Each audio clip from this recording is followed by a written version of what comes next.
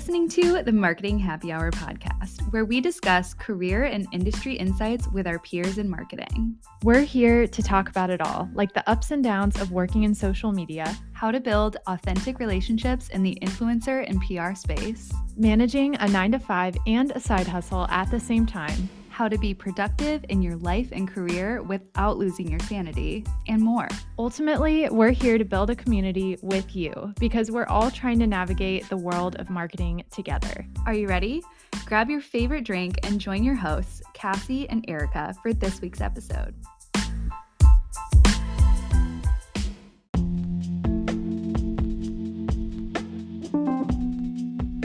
This week, we're excited for you to meet Karen Danudjaja, the founder of Blume, a wellness brand born out of a need for better, healthier alternatives to traditional coffee drinks. In her conversation with Erica, Karen shares the inspiring story behind Blume's mission, the importance of test and learn tactics in digital marketing, effective email campaign strategies, community-driven business approaches, and her favorite Blume blends for the young professional lifestyle. Tune in to discover how Blume is revolutionizing wellness one latte at a time and using digital marketing to amplify their mission. You know the drill. Grab your favorite drink and let's dive into this week's episode.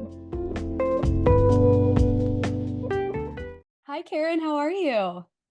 Good. Hi, Erica. Thanks for having me. So excited that you're here. I'm a big fan of the brand, so I'm excited to hear your insights today. But before we get started, I do have an important question that we ask all of our guests, and that is, what is in your glass this afternoon? It is marketing happy hour after all. Right now I've got a mix of coffee and our reishi hot chocolate, which is one of my favorite products. It's like a mocha. So delicious. I'm also sipping on a Blume latte blend here. It's the turmeric one, and it is actually divine. I have been looking for a good source of turmeric, and there's just like not a whole lot of options out there unless you want to buy the exact ingredient and try to make a concoction yourself. So I love that I found this. So it's So amazing. that is the original blend, the blend that started it all. Yeah. I love it. Well, I can't speak highly enough about it. It's actually really great. So thank you for creating that. So we are excited to dive into your story today, but first, could you just tell us a bit about your background and how the brand came to be? Sure. So my name's Karen Danudjaja. I originally am from Brampton, Ontario, but I moved out to BC to go to the Sauder School of Business and studied real estate and finance, which I mean, by the end of this call, you'll know me well enough to be like, why did you ever think that was a good idea for you? But I grew up in an Asian household, and it was kind of like, do something practical, get a job, find a ladder to climb. And so when I graduated, I got into commercial real estate where I was doing like property management, project management, and I pretty much hated it right away. Like I loved the company that I worked for and had an amazing boss, but the work itself really didn't inspire me. And so I spent 5 years there, but while I was there, I was like really in coffee culture. So, meetings for coffee, coffee in the morning, coffee mid-afternoon. The only reason you get up from your desk is to have a coffee.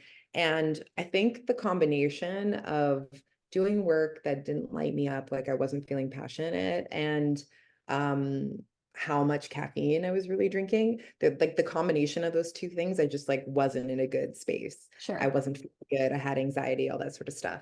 And so I loved the coffee shop setting. I think they're centers of our community, a great place to connect. Like I love meeting my friends for a coffee, but I just found that there was nothing on that menu that was really working for what I needed. And so that's really where the first product was born. So the turmeric latte, which you have on your desk there in your cup, was kind of my solution for myself, started by experimenting with different superfoods at home, trying to find something that was caffeine free but satisfying, and then started bringing it to coffee shops because I thought others would want it too. And now today, Blume is in over 4,000 stores, including Target, Whole Foods. We're in Loblaws, Real Canadian Superstore, thousands of independents, Indigo. And the lineup has really expanded. And the mission has expanded too, going from just being about coffee alternatives to more like creating a space for kindness and wellness that is without punishment and a little easier and fun. So yeah, that's what I've been working on.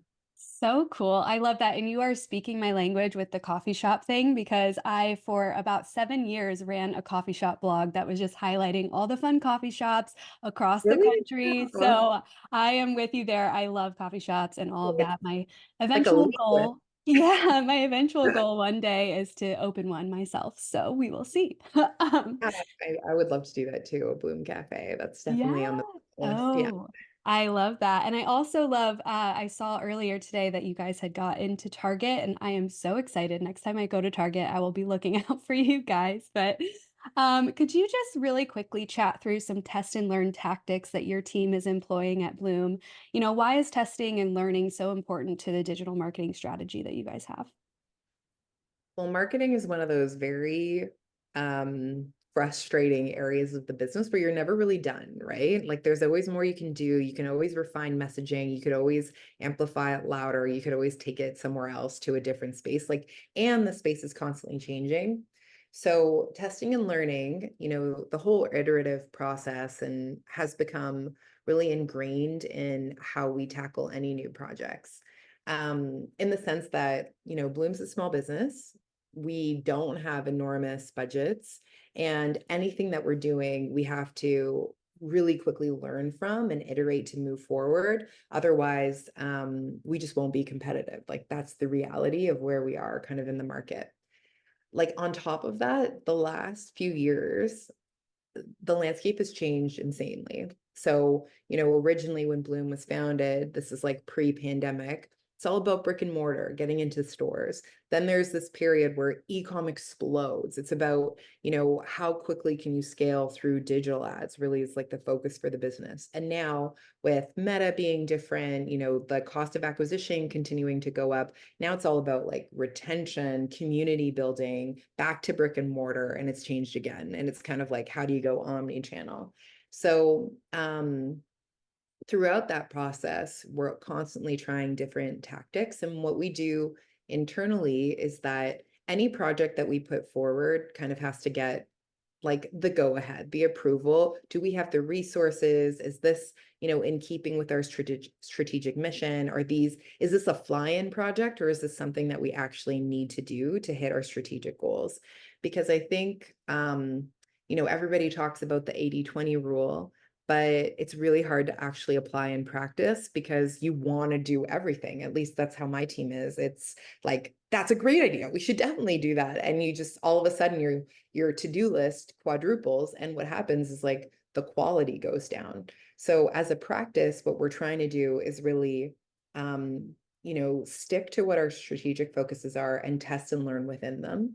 So an example for us would be, social is a really big part of our strategy, and it's not necessarily for everybody, right? Like a service-based company might not prioritize, TikTok or Pinterest the way that we do. And so for us, instead of us being like, okay, let's layer in YouTube. Okay, let's add in, there are all these like new apps all the time, like that you could try and move the needle on.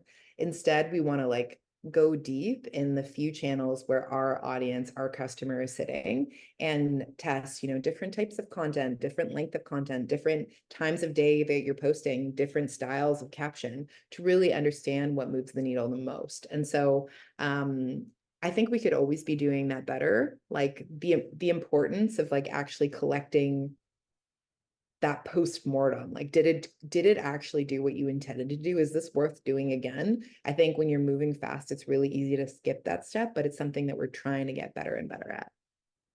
Oh, absolutely. And I love hearing your perspective on testing and learning because, we hear it every day just from our individualized roles. So, say you're in social, you're talking about testing and learning. Say you're on the email side, you're talking about A/B testing and all of that stuff. But it's interesting to hear from kind of the top level of how that trickles down throughout the entire marketing scheme, really. Just testing and learning and figuring out what actually works for your team is so important. And you guys are doing a great job. So I want to touch on really quickly email marketing. What are some of the key elements of an effective email campaign in your opinion? Mhm. Well, I mean, I think that for our email marketing, we really try and use it as an education platform. So the emails that I hate the most are the ones that are 100% conversion focused. And of course, there's a time for that. You know, there's a time for it where it's Black Friday. That's not really where you're spending a lot of time in education necessarily. You're really communicating a deal. But for us, our main goal with email is that there's one key takeaway that a customer can hold on to and resonate with. So our goal with every email is that if someone just skims it, just the headlines, just, reads a couple sentences, they're walking away with one piece of tangible information they didn't have before about the brand. And really trying for that piece of information to tap into a pain point. So maybe it's cost of having a coffee outside, maybe it's energy and more function driven. But that's really like the goals that we have within an email, that it's built for skimmers, if that makes sense. And kind of takes the reality of how people ingest this kind of information into account in the way we put it out into the world. Oh, I really like that, built for skimmers, that's great. How are you guys kind of, fostering relationships and things like that with your consumer over email? You know, you talked about touching, like, pain points and things like that. Is there anything that you're doing that really speaks to someone on, the consumer level that's, inviting them into your community and figuring out, what their needs are and kind of valuing that? What we're trying to do is really make it like a holistic environment. So if you're touching base with us in social, if you're touching base with us in email, you're seeing consistent messages in all the channels. Because again, we think sending that one email, somebody's like carefully reading every line and absorbing everything. We're carefully going through it. But the reality is that's not necessarily always the case. Like you'll always have those super users, but there's a lot of people who aren't super users yet. And so we do try and encourage people to interact with us in different parts of like different areas of our marketing. So connect with us on social. We'll have virtual events, we'll have education sessions, we'll do free gifts that educate. So we'll never do like free, what's an example? Free plastic water bottle, kind of like, something that's like not free pen, it's got to be something that's, environmentally conscious, speaks to wellness, speaks to our core consumer.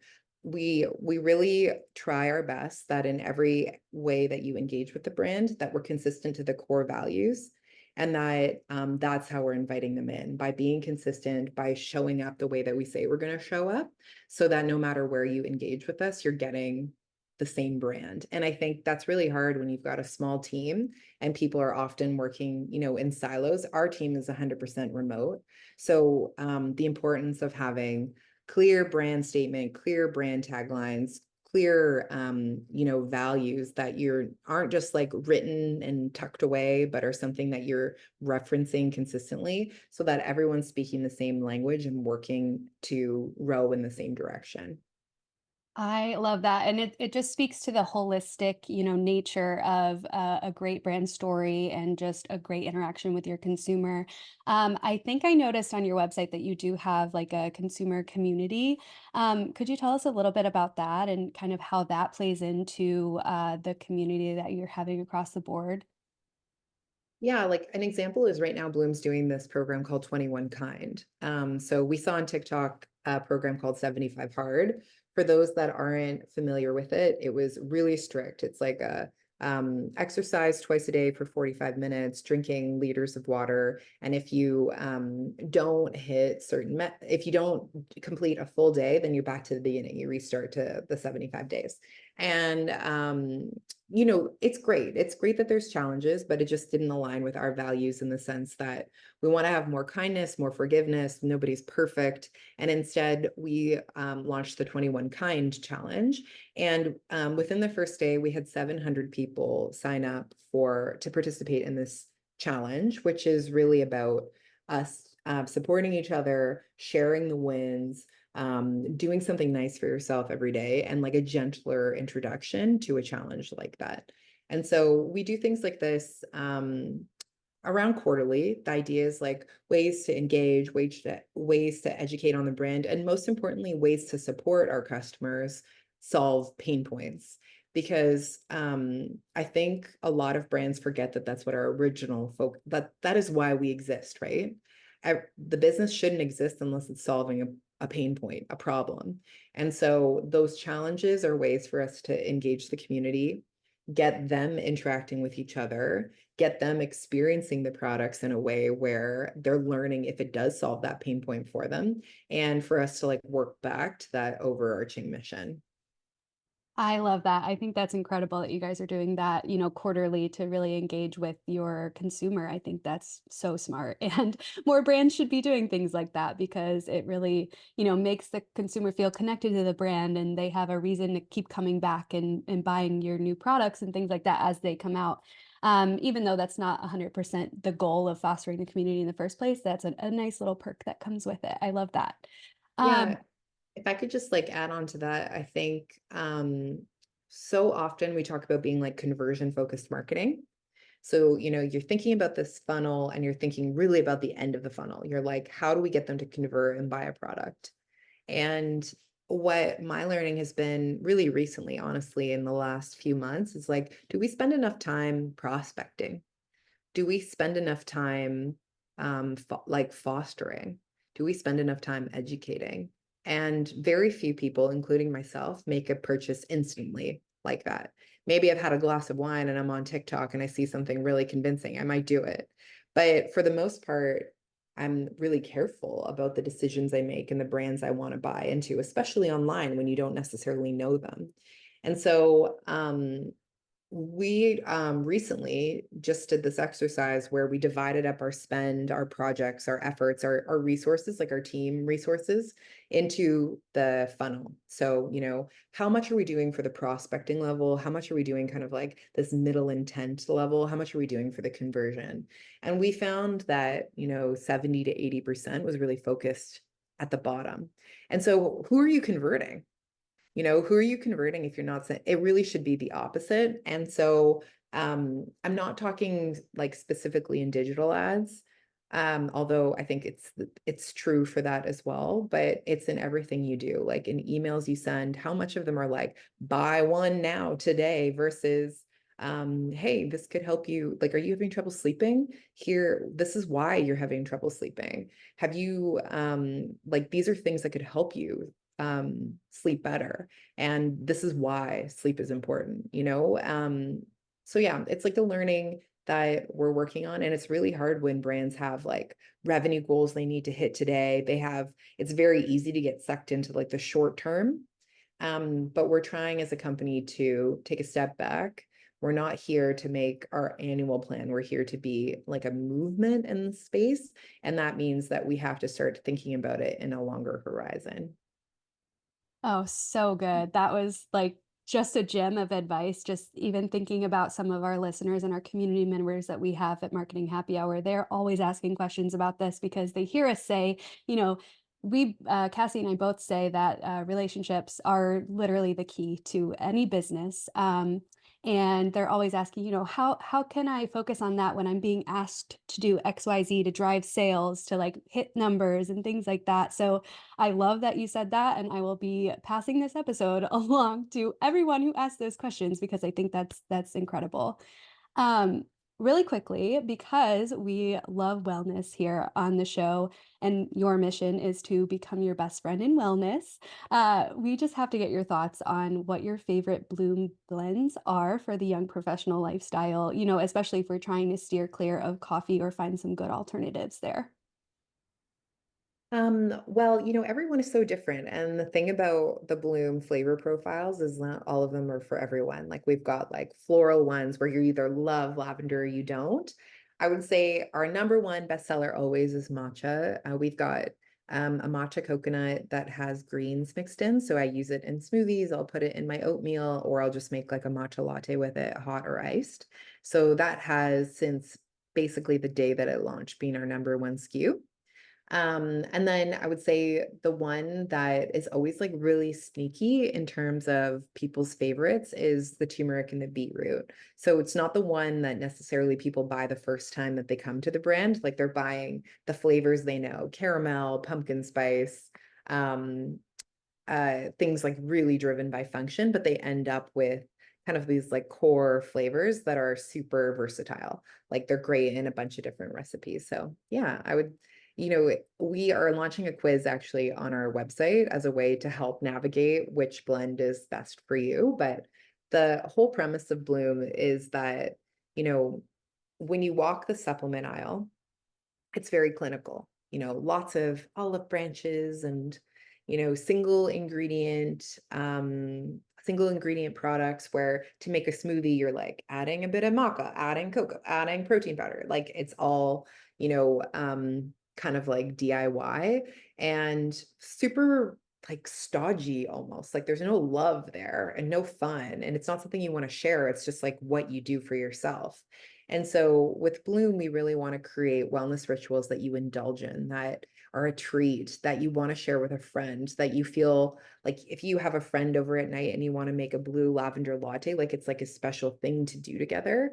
Like, because we believe that rituals won't stick unless you A, love how they taste, and B, and like create a moment around them. And that these small changes build over time, like they build it's kind of like that James Clear quote, right? Where, you making a healthy choice today doesn't necessarily do anything, but it stacks over 10 years. And so I like Bloom believes that in their core. So it's going to having one matcha latte going to change your life. No, it's not going to change your whole life, but doing this one intentional thing daily, taking time for yourself, being meditative, being purposeful in the choices that you make through Bloom or other wellness choices that you make throughout the day, yeah, that will definitely have an impact on you over time. Um, and we hope we can make that choice simple. So good. I love that. So really quickly too, we wanted to chat a little bit about career. We love to ask this question on the show, and that is just what do you know now that you wish you knew earlier on in your career? Um, I'm still navigating this, but I think that like perfectionism is sort of like a trap and not real. Those 5 years that I was working in a job that really didn't light me up with passion, I didn't think I had the perfect idea. I didn't have the experience. I wasn't like, the ideas weren't worthy. I wasn't worthy. Like it was this idea that, um, all this like limiting belief, it being trapped in the idea of perfectionism. And now I think that, um, having talked to other founders who've like made it, like, sold their businesses for millions of dollars, like nobody's perfect. Whatever you see on social media is like a construct, and everybody suffers from, limiting beliefs, setbacks, failures. And it's more about perseverance and adaptability than it is about perfectionism. So, going back 5 years, I thought, how could I be a wellness founder? I'm not a nutritionist. That wasn't my background. I was working in finance. How could that be me? And the reality is like life is what you make of it. And what has been way more useful to me is believing that you can find the answers, that you don't need to be perfect, and that it's more about the pursuit of betterment than it is about the pursuit of perfection. Such a good and encouraging, answer to that question. We hear a lot of times people say the same thing, like not everyone has it as figured out as you would think so by looking at their social media, by browsing their, career history and things like that. So I love hearing that from you. Thank you so much for that. Well, this has been such a good conversation. I know there's a lot of nuggets that our listeners will pull out and absolutely adore. So thank you for joining us. But I want to let everyone know where they can find you, follow along with what you're up to and what the brand is up to online. Yeah, so we're at It's Bloom. So, or you can connect with me on LinkedIn, Karen Danudjaja. We're right now doing kind of like a road show to support Target and doing some really cool vlogs about what it's actually like to launch in a retailer like that for a small brand. And we're really trying to share the highs and the lows. So connect with us on social, and you can find the products at itsbloom.com. Awesome. Thank you so much for joining us today. This has been so great. Awesome. Thanks so much.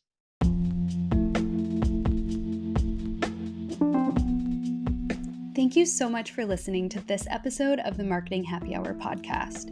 If you enjoyed this episode, please remember to subscribe, rate, and leave a review on your favorite podcast platform. If you want more of Marketing Happy Hour but don't know where to start, we invite you to download our free Marketing Happy Hour starter kit at marketinghappyhr.com/starter-kit. This interactive magazine-style PDF walks through who we are, includes helpful resources like a marketing term glossary and the printable daily planner sheet that we actually use ourselves, and contains clickable links to our episode recommendations by subject area. Not to mention all the fun extras like a quiz, the link to our Marketing Happy Hour Insiders Facebook group, a word search, a playlist, a goal-setting guide, content inspo by month, and more. It's our hope that you'll dive into this resource and walk away more confident in your career journey with a group of industry pals that you can lean on for advice and support. Snag your free starter kit today at marketinghappyhr.com/starter-kit for all of the info you need to become a Marketing Happy Hour insider.